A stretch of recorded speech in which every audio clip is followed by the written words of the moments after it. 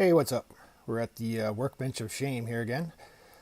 Today I'm going to do a kind of a technical overview, semi-review of Fastway footpegs. Here's a set in front of you from my KLX 140G. These pegs are made by a company called Pro Moto Billet. Now they make a number of different models.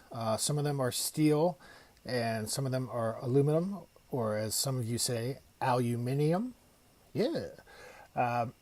That's what these are in front of me. These are aluminum ones. But I'm going to roll in some pictures of the various models, and we'll just go over those real quick. Okay, so first up is the Evolution 3. This is actually my favorite. I have these on the TTR and my CRF 250L. It's just a big rectangle of steel with cleats on it that you install. It is tough as hell. I don't think you could break this peg without destroying your bike or killing yourself. It's a nasty bug. Get the fuck out of here, man. You're ruining my review. Ugh. Don't go on my coffee. Yeah, they're really beefy. When you hold them in your hand, they got some heft to them. The aluminum pegs are very light, but obviously steel is tougher than aluminum.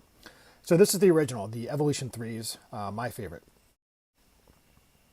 Next is the Evolution 4. These are also steel. But they have the most updated or latest version of the footbed shape here.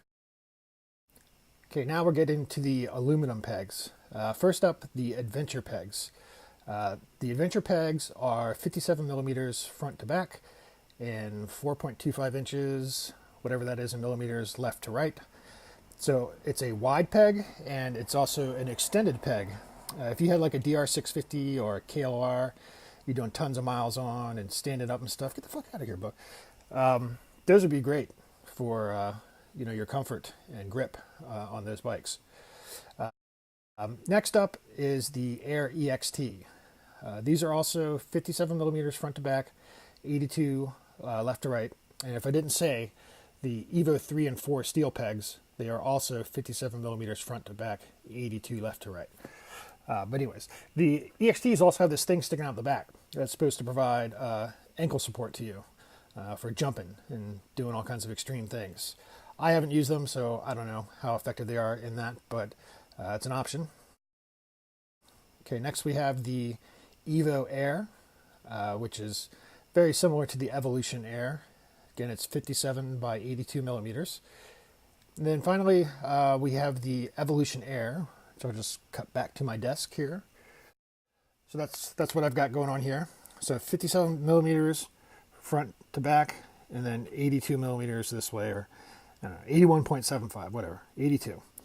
So some manufacturers, most people consider a peg that's 50 millimeters front to back a wide peg. Some manufacturers call anything over that a ultra wide peg. So I guess you could say these are ultra wide pegs compared to a standard peg. And I think the size of these is great in that respect. But most of the Fastway pegs are universal, and then they come with a specific model-specific fit kit with some certain size parts to fit it up to your bike. Unfortunately, not all models are available for all bikes. On their website, they have a bike finder, so you can see what flavors are available. Like I said, when you order these, you'll get a fit kit with them. The price of these are kind of spendy. The steel pegs are about $139 US. These are, the aluminum ones are $189, and the Adventures are like 200 something US. So they're not inexpensive, but I think they're worth it. Now, when you get them, you're going to get a little punch, and you're going to get this spacer thing right here. Okay, so you can choose. There's a hole here. So you can choose to put the spacer in the top like this or up from the bottom. Now this is my right hand side foot peg, right side of the bike, so my right foot would be on this one. With the spacer in the top, it's a press fit. You just tap it in with the punch they send. With it like that, this is called the low boy position. So it moves the peg down and back about half an inch. On a little bike like the KLX with my TTR, being able to mount the pegs lower like that easily gives me more leg room, gives me less bend in my knee. Also, when going to stand up, because my knee is not as bent. I don't have to stand up as far. And you may not think, on paper that doesn't sound like a lot of difference, but that makes a pretty damn big difference over the course of a day as far as energy used and wear and tear on your knees. So I definitely appreciate being able to do that. So when you install these, you'll have the clevis or bracket from your foot peg mount, right? And then your spring goes in there, and your foot peg pin will go down through the top, come out the bottom. You'll put a washer on and a cotter pin. Okay. Now these will come with 2 different springs, a gold and a silver. And depending on whether you use low boy or standard position, you'll use one spring on one side or the other. But the comes with very good instructions, and it kind of explains all that to you. And it depends on the application. But anyways, the instructions are very good about telling you about that. So the reason this goes into the low boy position is because this will rest at the bottom of the bracket, because the spacer's on the top. And the spacer takes up the gap, right? If I put the spacer in through the bottom, then the spacer's down here and resting on the bottom. So the gap is taken up here, which would push the foot peg back up into the standard position. So I recommend when you get these that you just tap that in, put it on your bike, throw on your boots, and check it out. See which position you like better. Now, the next thing with these, is this little guy right here. Now, it's going to come with this bolt, and it's going to come with washers as spacers. Right here, this rests against the frame of your bike, pretty much. If you put the washers on here, it's going to start to push the foot peg up at an angle. And what that would do is it'll force your knees into the bike. So that's another fitment that you can experiment with and see if you like just the flat angle.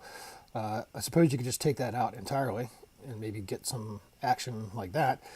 But you can play around with that too and see if you like what it does better. I think on the TTR and my KLX, I run them flat like this. On the Honda, I put like 1 or 2 washers just to kind of tilt them up a little. I just liked it better. Okay, so the other big option here is going to be your cleats. Now these are little Allen heads in here, and comes with a little wrench, and it's threaded, and you twist them down in there. Now it's going to come standard with a package of 10 millimeter and 12 millimeter little bolts here, or cleats. I originally was using all the 10s all the time, but when I got the set for the TTR, I put on the 12s, and I found I like them a lot better. So I'm in the process of switching these to the 12 on the KLX. Now, some other options for the cleats besides these 2 sizes are they sell a cleat that has kind of like a hatch design on the top, and then they have one here that has a very pointy end. Those would probably wear out the sole of your boot faster. Maybe they'd be necessary if you're racing or something like that, and you just need every little bit of grip you can get. For me, for trail riding, these are plenty grippy. The 10 millimeters were plenty grippy. The 12s are even just a little bit more, and I just like it better. So again, before you Loctite these things in here, you can just dry fit them and see which size cleat you prefer.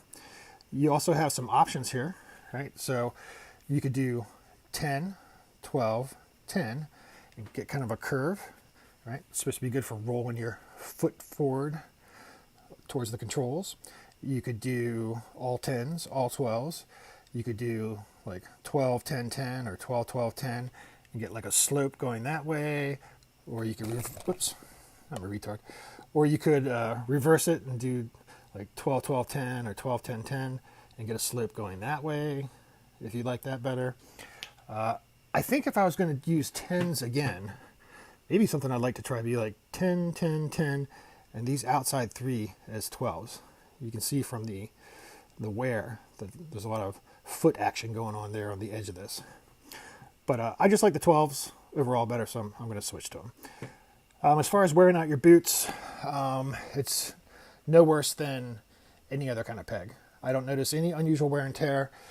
These have been on the KLX since fall of 2016, and I was using the same pair of boots up until just recently.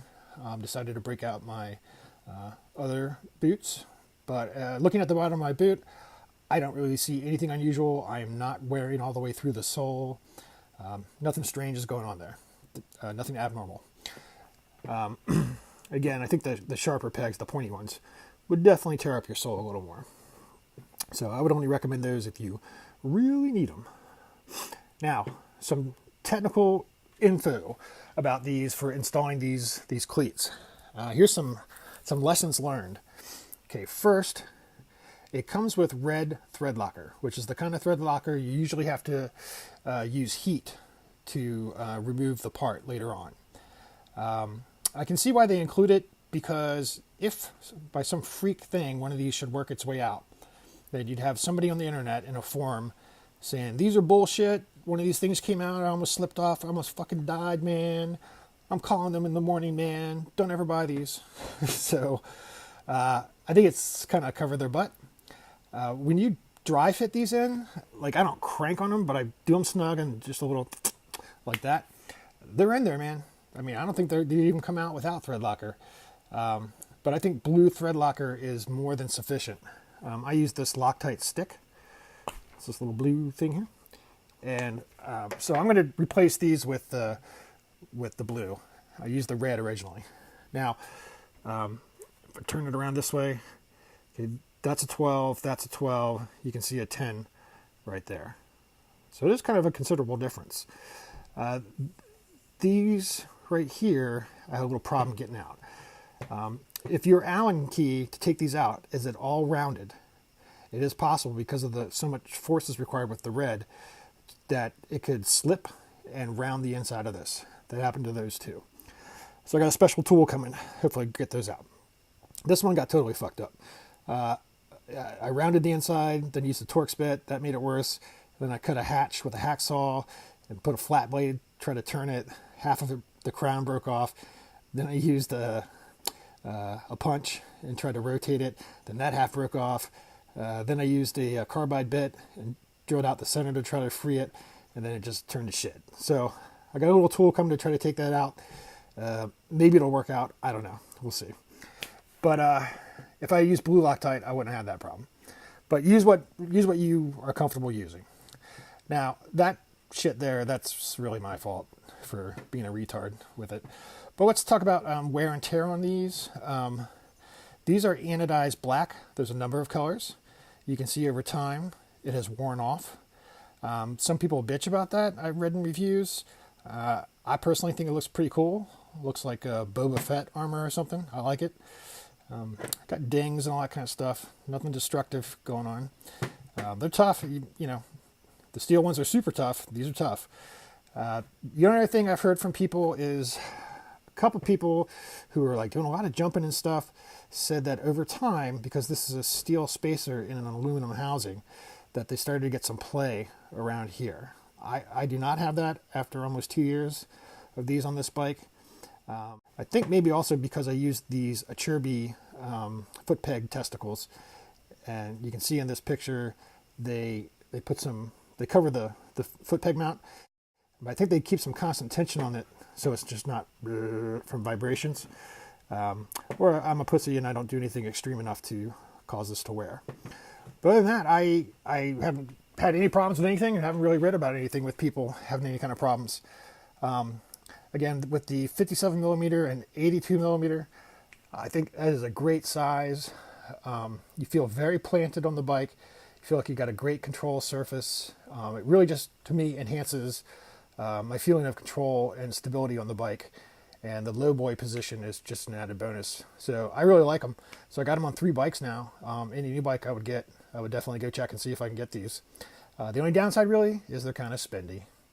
All right, that's about it. If you have any questions, just put them in the comments and I'll get back to you.